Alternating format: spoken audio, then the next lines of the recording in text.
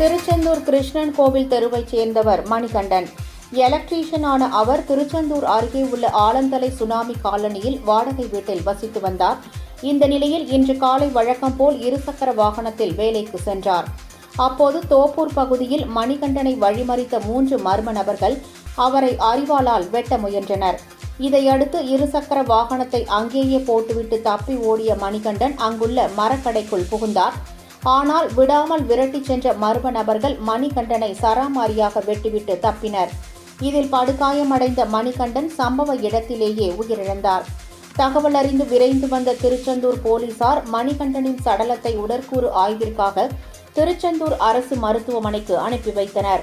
மேலும் இந்த சம்பவம் குறித்து போலீசார் அங்குள்ள சிசிடிவி காட்சிகளை கொண்டு விசாரணை மேற்கொண்டு வருகின்றனர்.